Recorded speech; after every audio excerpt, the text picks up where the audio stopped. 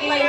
ہم انہی سرفروشوں اور جان بازوں کے شاگرد ہیں جنہوں نے اس ملک کی تقدیر کو پلٹ دیا تھا۔ ہند کی مٹی میں یہ تاثیر ہے، یہاں ظلم و ستم اور نفرت کی حکومت زیادہ دن چلتی نہیں۔ سرفروشی کی تمنا اب ہمارے دل میں ہے، سرفروشی کی تمنا اب ہمارے دل میں ہے، دیکھنا ہے زور کتنا بازوئے قاتل میں ہے۔ ہم اس ہارون رشید کی روحانی اولاد ہیں جس نے رومی حکومت کو اپنا جواب سنا نہیں بلکہ دکھا تھا۔ ہم بھی اس شفیع مدنی کے جانشین ہیں جس نے نشین ہے جس نے سرزمین افغانستان میں یہ دعا مانگی تھی، یا اللہ یا تو مجھ کو دشمن سے مغلوب کر دے یا وہ حوصلہ دے کہ دشمن میں ٹکڑے ٹکڑے کر دے، تاکہ کل میدان قیامت میں تیرے محبوب کے سامنے کھڑا ہو کر یہ کہہ سکوں کہ مجھ کو بھی میرے چچا حمزہ رضی اللہ عنہ کی طرح ٹکڑے ٹکڑے کر دیا تھا، میرے جسم کو دفنایا نہیں بلکہ پرندوں نے نوچ کر کھا لیا تھا۔ اس لیے ہمارے حقوق سے غفلت برتنا ہمارے حق میں خیر کا مزہ نہیں ہے بلکہ آفت ناکہانی کا مضبوط سبب ہے۔ اللہ تعالیٰ میں جمع ہوئے رہنے کی ہمت عطا فرمائے، آمین ثم آمین یا رب العالمین۔ میں اپنے شعر کے ساتھ اپنی تقریر کو ختم کرتی ہوں۔ سینوں میں حوصلے رکھنا سنبھال کر، سینوں میں حوصلے رکھنا سنبھال کر، پھر اپنی ساری قوت مسلم بحال کر۔ وآخر دعوانا الحمدللہ رب العالمین۔ السلام علیکم ورحمۃ اللہ وبرکاتہ۔